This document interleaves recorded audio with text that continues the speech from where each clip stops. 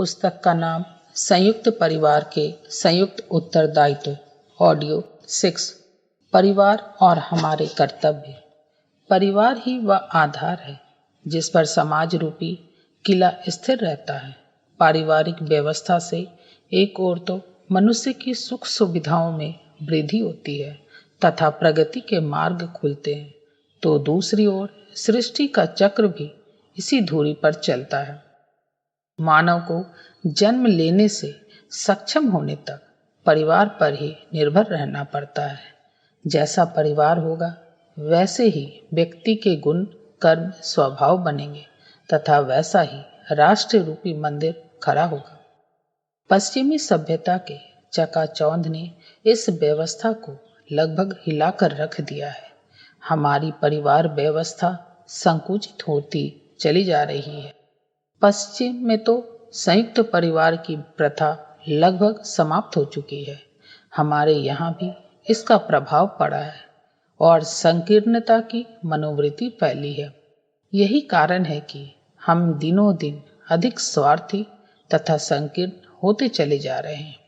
जैसा खाद तथा पानी पौधों को मिलेगा, वृक्ष का ढांचा वैसा ही होगा। स्वार्थपरता तथा संकीर्णता की जो बाढ़ हमारे यहाँ फैली है, उसका एकमात्र यही कारण हमारे परिवार का वह स्वरूप बदल जाना है जो कभी था।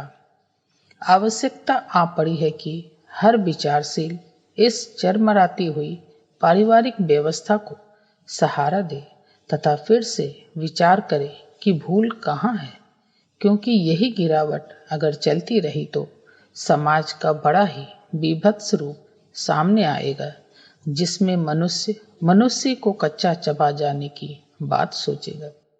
हमारे पुराने विचारकों ने गृहस्थ जीवन की बड़ी महिमा गाई है तथा सद्गृहस्थ को योगी कहकर पुकारा है।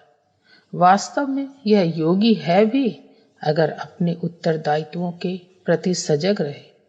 योगी की परिभाषा मोटे शब्दों में यही है कि जो समाज को सुव्यवस्थित ढंग से संचालित करने के लिए अपना जीवन अर्पित कर दे। सद्गृहस्थ परिवार के संचालन का भार अपने ऊपर लेता है तथा यह अनुभव करता है कि उसके ऊपर एक ऐसी पाठशाला की जिम्मेदारी है जिसमें देश तथा समाज के कर्णधारों को शिक्षण मिलता है।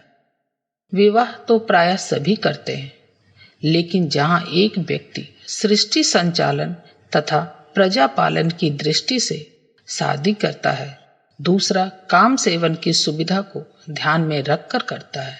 दूसरे वर्ग के लोगों को हम सद्गृहस्थ के दायरे में नहीं रख सकते। जहाँ सद्गृहस्थ का विवाह करना उसकी प्रगति का मार्ग प्रशस्त करता है, असद्गृहस्थ के लिए दुख का कारण बन जाता है। समाज के प्रति कर्तव्य समझकर विवाह करने वाले लोगों की संतानें संभवतः शिष्ट एवं शालीन होकर सुख शांति की वृद्धि का कारण सिद्ध होती है, क्योंकि ऐसा व्यक्ति विवाह द्वारा आई हुई जिम्मेदारी को समझता है तथा उत्पन्न कर्तव्यों को पूरी तत्परता से पूरा करने के लिए सारी क्षमता का प्रयोग करता है। विवाह उसके लिए काम क्रीड़ा अथवा इंद्रिय भोग का रजिस्ट्रेशन न होकर धार्मिक तथा सामाजिक कर्तव्य होता है। वास्तव में परिवार एक ऐसी प्रयोगशाला है जहाँ सद्गृहस्थ की क्षमताओं का विकास निरंतर होता जाता है। गृहस्थ जीवन की महिमा तभी है जब सद्गृहस्थ बनकर परिवार के प्रति अपने कर्तव्यों का सर्वतोमुखी पालन किया जाए, अन्यथा वही परिवार दुख और कष्ट का कारण बन जाता है।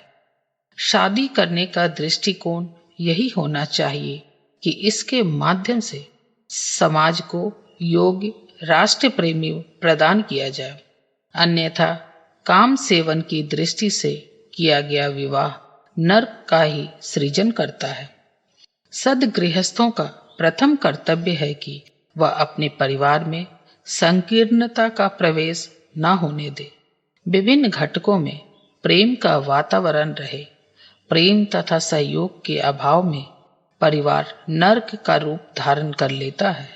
स्वार्थपरता अभाव से ही उत्पन्न होती है।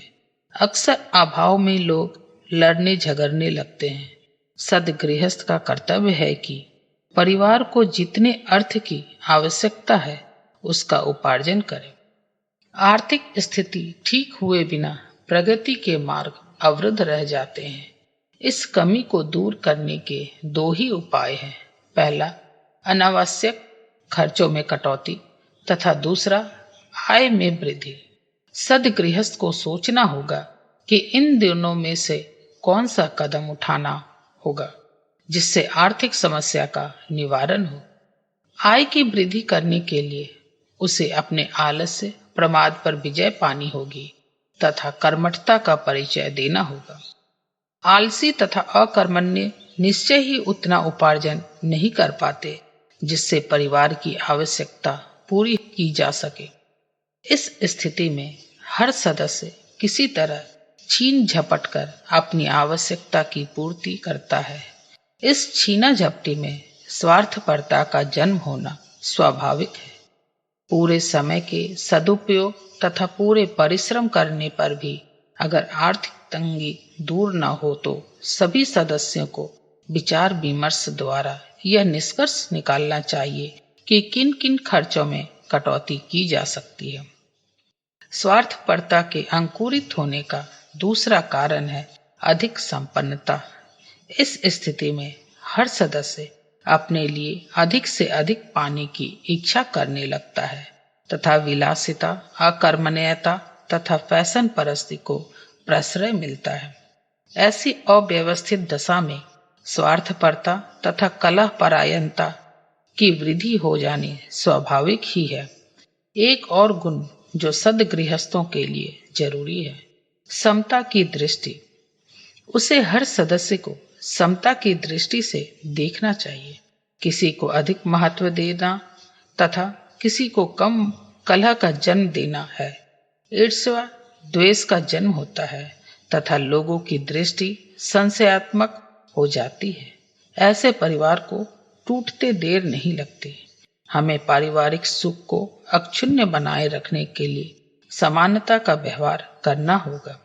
जिसकी जो आवश्यकता तथा स्थिति होती है उसी के अनुसार उस पर खर्च करना और ध्यान देना चाहिए, किंतु भोजन तथा वस्त्र के मामले में सबको बराबर की दृष्टि से ही देखना चाहिए।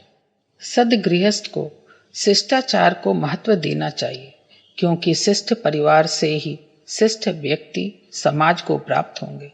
सद्गृहस्थ स्वयं मर्यादित जीवन जीकर दूसरे सदस्यों को भी वैसी ही रीति नीति अपनाने की प्रेरणा देते हैं। परिवार के हर सदस्य को शिक्षित तथा विकसित करने की जिम्मेदारी भी सद्गृहस्थ समझता है, क्योंकि अशिक्षित तथा अनपढ़ व्यक्तियों पर सदाशयता के सहारे प्रयत्न विफल हो जाते हैं। समाज की आवश्यकता अनुरूप बच्चे पैदा करना हमारा कर्तव्य होना चाहिए। कोई जमाना था जब अधिक बच्चे होना सौभाग्य की निशानी समझी जाती थी, पर आज बच्चे पैदा करके हम समाज तथा अपने प्रति अन्याय ही करेंगे। हर व्यक्ति समाज का ऋणी है।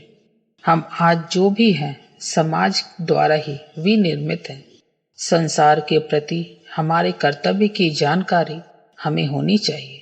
समाज ने शिक्षा, ज्ञान, अन्न, वस्त्र आदि कितने ही प्रकार की सुविधाएं देकर हमें प्रगति के मार्ग पर अग्रसर किया है, तो हमारा भी कर्तव्य है कि समाज को योग्य नागरिक प्रदान कर अपनी सामाजिक निष्ठा का परिचय दे। इसलिए हमारे वैदिक मनीषियों ने गृहस्थ आश्रम को एक प्रमुख आश्रम बताया तथा इसे धर्म का एक अंग बनाया। संसार रहने लायक तभी तक है जब तक यहाँ प्रेम का विस्तार है। हम समाज प्रेमी व्यक्ति समाज को बढ़ा सकते हैं अगर गृहस्थ आश्रम की महत्ता को हृदयंगम कर लेते हैं, अन्यथा वही होगा जो पश्चिमी सभ्यता के परिवारों में होता है। वहाँ के परिवार किस तरह बिखर रहे हैं किसी से छिपा नहीं है। इसलिए परिवार व्यवस्था को बनाए रखने के लिए पारिवारिक उत्तरदायित्वों के निर्वाह की भावना को बढ़ाना जरूरी है।